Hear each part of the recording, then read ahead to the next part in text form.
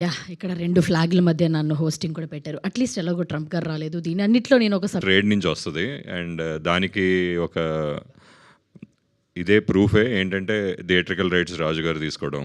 ఆయన టచ్ చేసిన సినిమా ఏదైనా సరే అది గోల్డ్ మైనే. అది మీ అందరికీ తెలుసు. అలాగే ఈ సినిమా కూడా గోల్డ్ మైన్ అవ్వబోతుందని ఆయన ముందే యాంటిసిపేట్ చేశారు. సో అది థియేట్రికల్ రైట్స్ ఆయన తీసుకున్నారు. Thank you so much Raju గారు. మాలాంటి ఒక యంగ్ ఫిల్మ్ మేకర్స్ని మీరు ఎంకరేజ్ చేస్తున్నందుకు we're very very glad to be part of your distribution అండి. మీరు డిస్ట్రిబ్యూట్ చేస్తున్న ఈ సినిమా మేము దాంట్లో పార్ట్ అవ్వడం అనేది చాలా హ్యాపీగా ఉంది మాకు. అండ్ అలాగే దీని మిగతా బిజినెస్ అది కూడా చాలా ప్రాస్పెక్టివ్గా క్లోజ్. ఇప్పుడు జీ వాళ్ళే మ్యూజిక్ తీసుకున్నారు, అది ఆల్రెడీ మేము అనౌన్స్ చేసాము.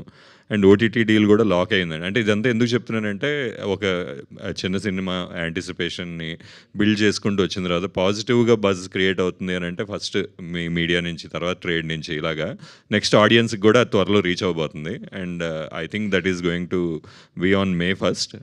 రాజు గారు చెప్పినట్టు విత్ కండిషన్స్ అప్లై.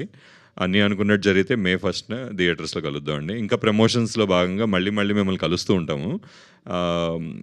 సాంగ్స్ కొన్ని ఉన్నాయి రిలీజ్ చేయాల్సినవి, అలాగే ట్రైలర్ ప్రీ రిలీజ్ ఈవెంట్ కూడా ఉంటుంది. సో మళ్ళీ కలుద్దామండి. Thank you so much.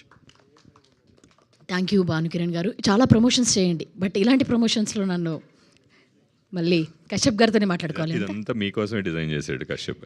ఏంటండి లాస్ట్‌లో వీఎఫ్ఎక్స్‌తో ఒక ఫోటో తీసుకోవడమా?